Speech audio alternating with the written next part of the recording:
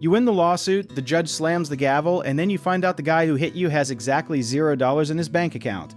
That is what lawyers call being judgment-proof, and it is way more common than people think. Judgment-proof basically means a person or company has no money, no assets, and nothing you can actually collect from, even if a court says they owe you a fortune. It is like winning a trophy that is made of smoke. So what do you actually do when the responsible party is broke or files for bankruptcy? You start looking at other pockets because in almost every accident there's usually more than one wallet involved. Think about a delivery driver who crashes into you while working. The driver might be broke, but the company that employs him almost always carries commercial insurance, and that insurance follows the job, not the person. This is called vicarious liability, and it means employers can be on the hook for what their workers do on the clock. It sounds fancy, but really it just means the boss shares the blame when the job caused a mess. Another pocket to check is your own insurance policy, specifically something called underinsured or uninsured motorist coverage. You are basically paying your own insurance company in advance to cover you when the other guy cannot.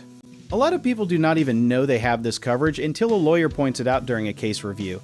It is like finding $20 in a coat pocket, except the coat is your insurance policy and the $20 might be thousands.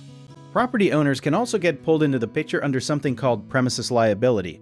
If you got hurt because a landlord ignored a broken staircase for 2 years, that landlord's insurance might pay even if the handyman who built the stairs is long gone and broke. Manufacturers are another target when a defective product caused the injury. The small business that installed a faulty part might vanish, but the company that manufactured that part in a factory somewhere often has deep pockets and product liability insurance. Sometimes lawyers even chase assets directly, like real estate, vehicles, or business equipment owned by the at-fault party.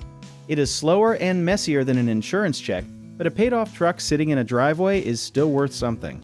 There is also something called a structured settlement or a payment plan, where the responsible party pays you over time instead of all at once. It is not glamorous, but it beats collecting nothing at all for the next 10 years. Bankruptcy filings can also get complicated fast because certain debts survive bankruptcy while others get wiped away. This is exactly why timing matters and why waiting too long to act can shrink your options down to almost nothing.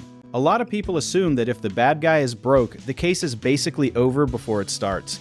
That is one of the biggest myths in personal injury law because the case is really about finding every possible source of money, not just one.